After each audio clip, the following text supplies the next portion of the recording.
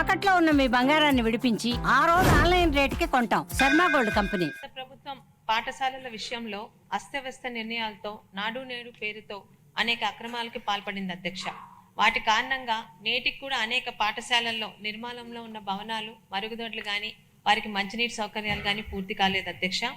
మన ప్రభుత్వం మనబడి మన బాధ్యత అనే పేరుతో ఏదైతే నూతన విద్యా విధానానికి గౌరవ విద్యాశాఖ మంత్రి గారైన నారా లోకేష్ గారు శ్రీకారం చుట్టిన తర్వాత, అలాగే పెద్ద ఎత్తున ఉపాధ్యాయ పోస్టుల నియామకాలు చేపట్టడంతో పాటు పాఠశాలను ఉన్నత ప్రమాణాల దిశగా తీర్చిదిద్దుతూ విద్యార్థులకు డొక్కా సీతమ్మ గారి భోజన పథకం ద్వారా సన్న బియ్యంతో నాణ్యమైన భోజనం అందించడం లాంటి చర్యల ద్వారా మరలా ప్రభుత్వ పాఠశాలల్లో విద్యార్థుల సంఖ్య భారీగా పెరుగుతుంది అధ్యక్ష. అయితే భవనాలు, తరగతి గదులు పూర్తి కాకపోవడం వల్ల అసంపూర్తిగా ఉండిపోయిన పనులను సత్వరం పూర్తి చేయవలసిందిగా విద్యార్థులు, వారి తల్లిదండ్రులు మరియు ఉపాధ్యాయుల దగ్గర నుంచి వస్తున్న విజ్ఞాపనను సదరు మంత్రి గారి దృష్టిలో పెడుతున్నాను అధ్యక్ష. అలాగే 2019 ఎన్నికలకు ముందు తిత్లీ తుఫాన్ కారణంగా అనేక పాఠశాలలు దెబ్బతిన్నాయి అధ్యక్ష.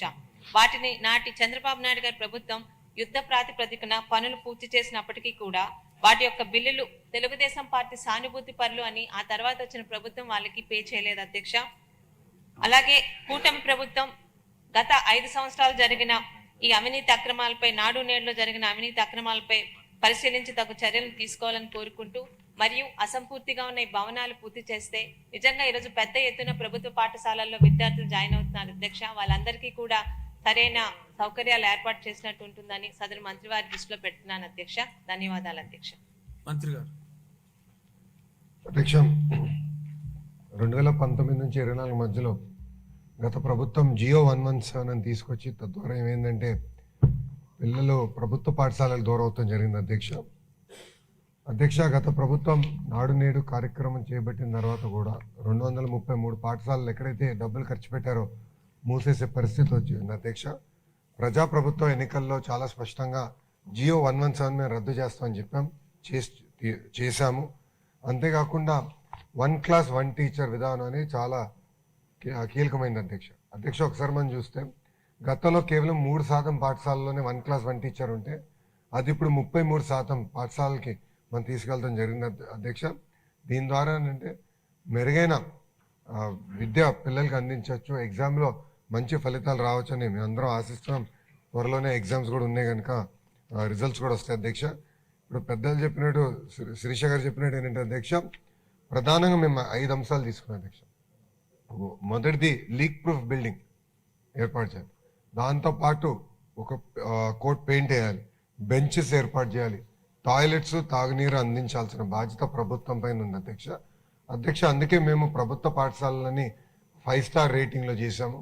1 స్టార్లు ఎన్ని ఉన్నాయి, 2లో ఎన్ని ఉన్నాయి, 3, 4, 5లో ఎన్ని ఉన్నాయని మేము చేసాం. ఆంధ్ర రాష్ట్రంలో 5 స్టార్ రేటింగ్ ఉన్న పాఠశాల ఒకటి కూడా లేదు అధ్యక్ష. 40% పాఠశాలలు 1, 2 స్టార్లు ఉన్నాయి అధ్యక్ష. సో మా లక్ష్యం, మన ప్రభుత్వం ప్రజాప్రభుత్వ లక్ష్యం ఏంటంటే కంపల్సరీ అన్ని ప్రభుత్వ పాఠశాలలు మినిమం 3 to 4 స్టార్స్ తీసుకురావాలని లక్ష్యంతో మేము అందరం పనిచేస్తున్నాం అధ్యక్ష. పెద్దలు చెప్పినట్టు పెండింగ్ వర్క్స్ అంటే గత ప్రభుత్వం కొన్ని పనులు ప్రారంభించినాయి, ఆ పనులు పూర్తి చేయాల్సిన బాధ్యత ఉంది. కానీ ఎక్కడైతే అవసరం ఉందో అక్కడ చేయాలనే లక్ష్యంగా పెట్టుకున్నాం. ఎక్కడైతే అదనంగా క్లాస్ రూమ్స్ అవసరం ఉందో అక్కడ యుద్ధ ప్రాతిపదికంగా పనులు పూర్తి చేయాలని మేము నిర్ణయం తీసుకున్నాం అధ్యక్ష.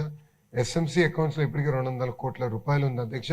అది ఖర్చు పెట్టమని మేము ఆదేశాలు కూడా జారీ చేశాం. గౌరవ ఫైనాన్స్ మంత్రి గారు కూడా ఈ బడ్జెట్లో సుమారుగా 800 కోట్ల రూపాయలు అదనంగా కేటాయించారు అధ్యక్ష. ఈ డబ్బులంతా జోడిస్తే సుమారుగా 1000 కోట్ల రూపాయలు ప్రభుత్వ పాఠశాలలకు వచ్చే సంవత్సరంలో ఖర్చు పెట్టడానికి అవకాశం ఉంటుంది. దాంట్లో ప్రధానంగా ఈ 5 అంశాలు మేము తీసుకున్నాం అధ్యక్ష. ఈ 5 అంశాలు తీసుకుని అన్ని ప్రభుత్వ పాఠశాలలు ఒక పద్ధతి ప్రకారం 5 స్టార్ రేటింగ్ తీసుకొచ్చే బాధ్యత ప్రజాప్రభుత్వం తీసుకుంటుంది అధ్యక్ష. శిరీష గారు 2014 నుంచి 19 మధ్యన జరిగిన పనులకి ఇంకా గత ప్రభుత్వం అధికారంలోకి వచ్చిన తర్వాత చెల్లించలేదని చెప్పారు. ఆ వివరాలు మేడం గారి దగ్గర తీసుకుని దానిపైన తగిన చర్యలు తీసుకుంటామని గౌరవ సభ్యురాలకు నేను తెలియజేస్తున్నాను.